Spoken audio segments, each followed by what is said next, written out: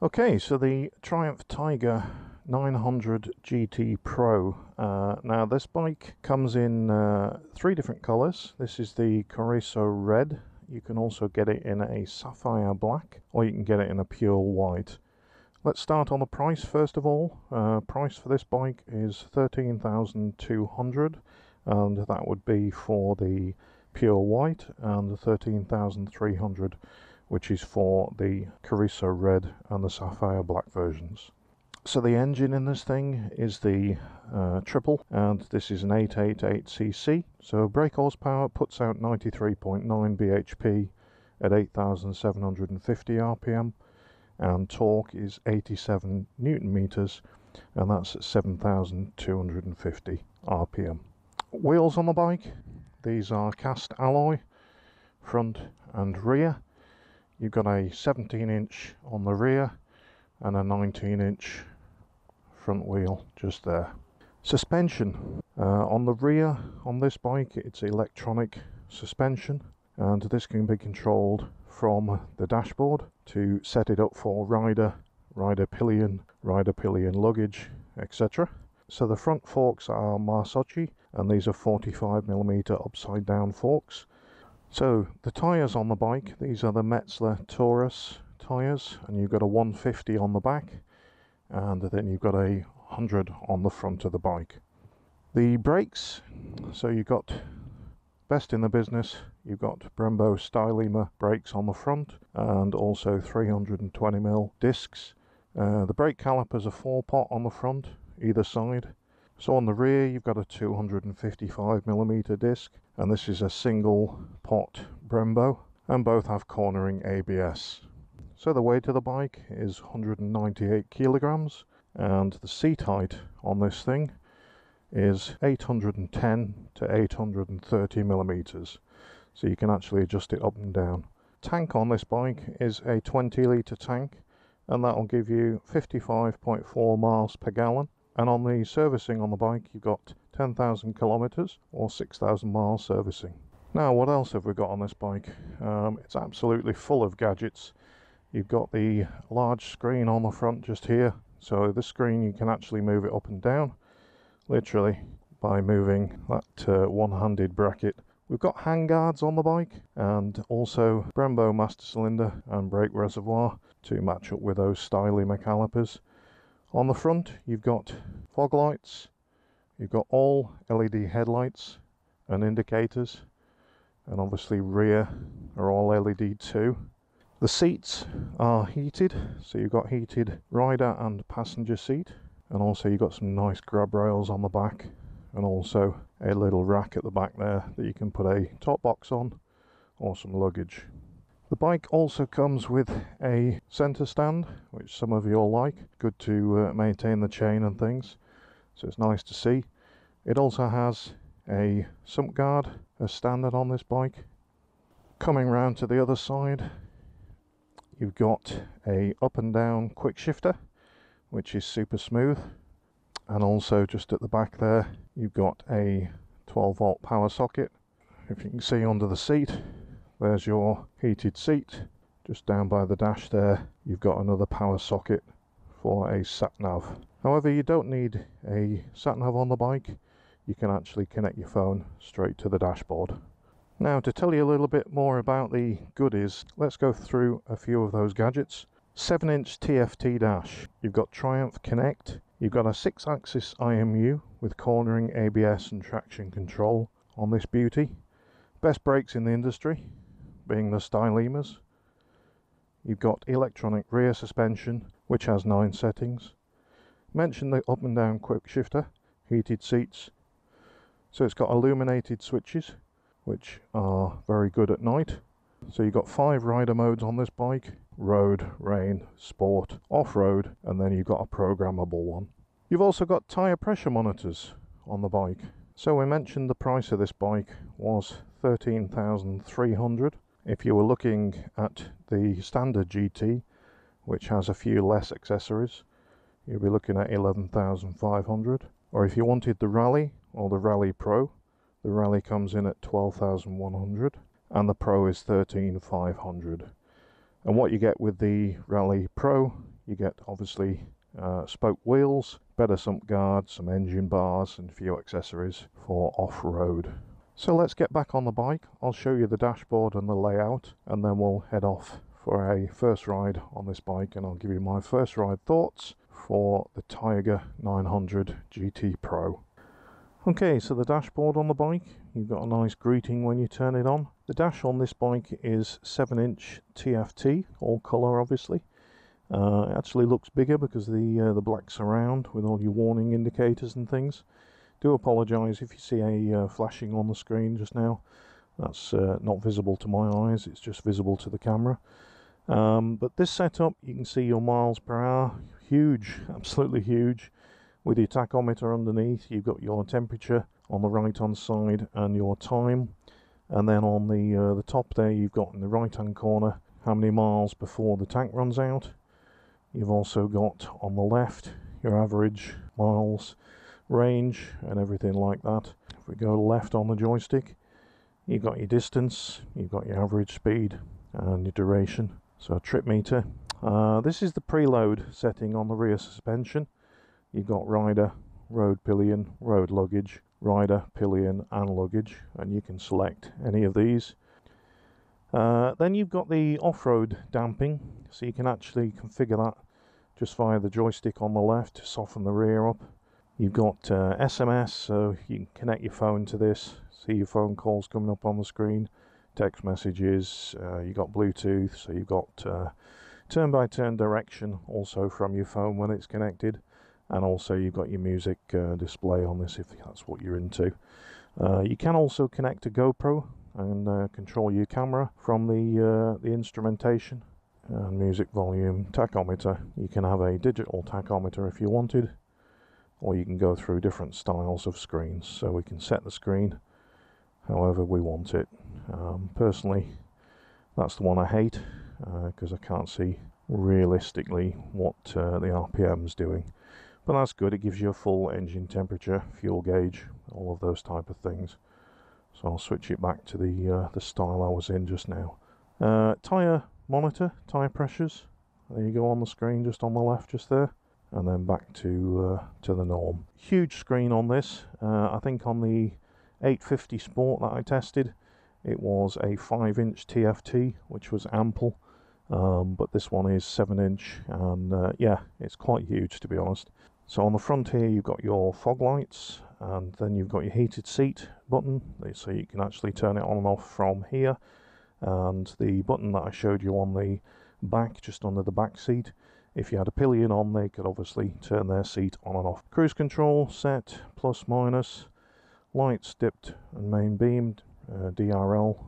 You've got your mode button just here, and then you've got your indicators which are self-cancelling. You've got your joystick to scroll through your screen, and then you've got your horn button. What you have also is 3 settings of heated grips, and when you press each time on there, it will show you which setting you're on the dash. You do have adjustable clutch lever just there, I see. On this side you've got the hazard warning lights, start stop, and a home button, so you can configure the screen a little bit more to your liking as well. You can just see there, fully adjustable front suspension. What else have we got? I mentioned the screen, with it being one-hand adjustability, so that's up and that's down, but I'll just leave it in the fully up just at the minute. As you can see, we're just down at Pine Lake. Bit of a wake there, there's a boat just gone by, water ski boat. Absolutely beautiful down here, check it out, beautiful place to come. Okay, so let's start her up. So the clutch on the bike is really light, really easy to manage. So we're just, like I say, at Pine Lake, just having a walk round. Quite like this place for looking around the bikes, just running over the specs. Good place actually if you're into water sports, come down here. The centre at the end there is pretty good. They've got a lot of different activities. So what we'll do at the end of this road, we'll have a look at the turning radius of this bike, see how it fares around the mini roundabout. So I'll just put it in first gear.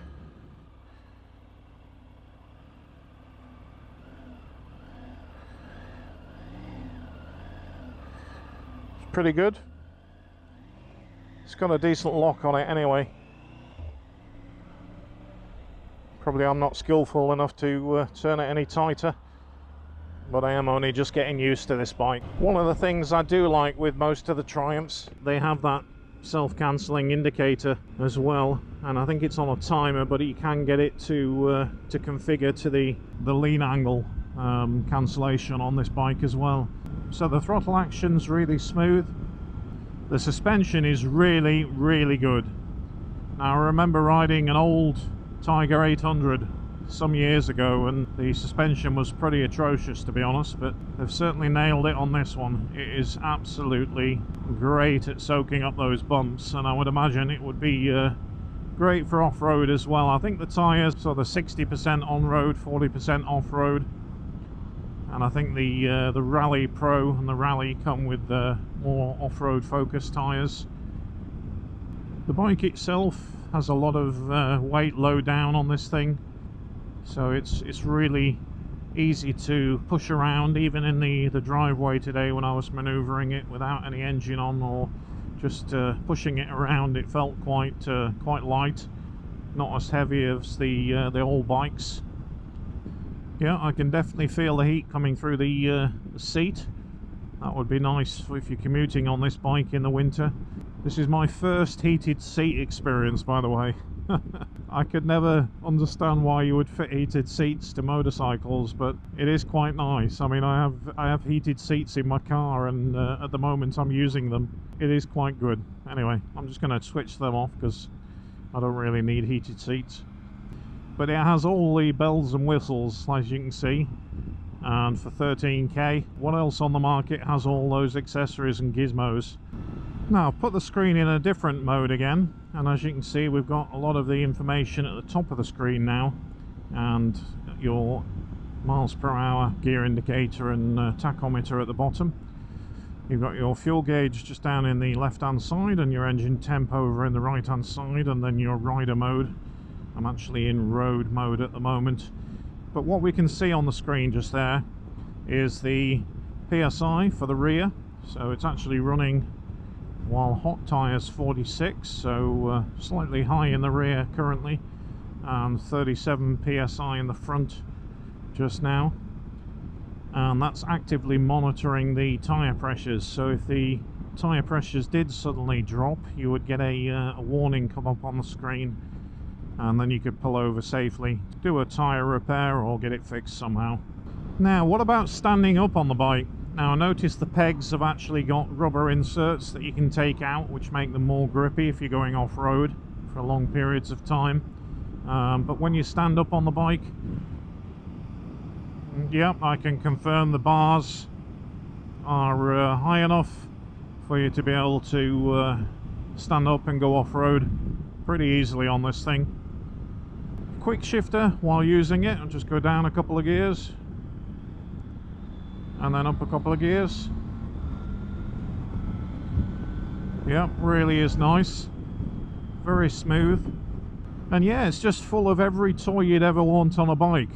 Now, sometimes I'm saying on the videos on the especially the Bonneville range, it's nice to have simplicity, and that is lovely to have simplicity on that style of bike. But I think on something like this, where you could literally hop on it and go around the world. Now, I've heard a few people say that 19-inch front wheel is not good on the road. I've ridden quite a lot of bikes with 19-inch front wheels, and I actually think they are good on the road. You don't get stuck in ruts like you do on a 17-inch wheel, and it becomes a little bit unnerving. But yeah, I'm quite into the 19-inch front wheels, so just going to hop on the bypass here. A little bit more windy, just check this screen, see how it is. So we're up at motorway speeds just now. Just going to pop the cruise control on. There we go, set. And yeah, if I duck down just a little bit, the wind is pretty bearable actually. What I do notice is I'm not getting any pressure across my shoulders or my chest, so it's taking that off. So I think for long distance cruising, you could really eat up the miles on this thing. My arms, while seated, are slightly bent. They're not totally stretched out, so that's good. And my hands are literally just resting on the bars. No fatigue on long journeys, which is great. So we're cruising along just over 70 miles per hour indicated, but 70 real life. And we're doing about 58.2 miles per gallon. I mean, the tank's showing 203 miles at this cruising speed. And obviously it's not a full tank, so you probably get about 230 to the tank, but I'll do the calculations and I'll pop it on the screen just now. But yeah, real long distance adventure bike for sure. So even though I'm on damp roads, you get a lot of feeling through the bars from the tyres, so good feedback. And I often think, actually, having owned the Yamaha Tracer 900 in the past, and I actually had that. It wasn't my only bike that I had in the garage, but it was the one that I rode the most, and I put a lot of miles on it. So could you have an adventure bike as your only bike? Could it be a do everything?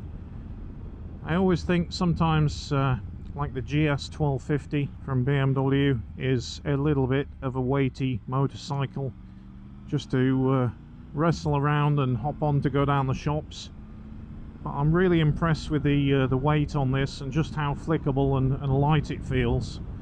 I would happily go to the south of France or around Europe on this thing, or happily go down to the shop or the cafe just to get a nice cappuccino. Now, one thing I noticed, Triumph are launching soon the 1200cc that's been announced, which will replace the older 1200 Tiger. And again, they've slimmed the bike down, made it lighter, which is what's needed, I think, in this this category of bikes, the adventure bikes. You don't want them too heavy, because if you are taking them off-road, the heavier the bike, the harder it is. You want a bike to be lighter, low centre of gravity. But yeah, it's ticking all the boxes so far. And it is only our first ride, so we're going to gel with this bike a little bit more, and we're going to take it into the Lake District to get a cafe run and get some lunch now. So yeah, first ride and thoughts. I think the bike's pretty good. Time will tell. We've got it for 10 days and I'll be giving you my final thoughts, good and bad, on this bike. But so far I'm pretty impressed. For the money, it's got every gadget you'd ever want. The suspension's great, the brakes are great, the engine's great. What's not to like? So yeah, thanks for tuning in, folks. I'll catch you on another video soon. If you're not a subscriber to the channel, go ahead and hit that subscribe button, ding that bell for future videos coming up. And if you'd like to support the channel, then we have a link in the description below, which is Buy Me a Coffee.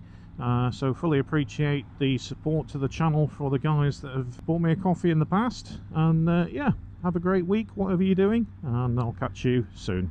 Alright, cheers guys.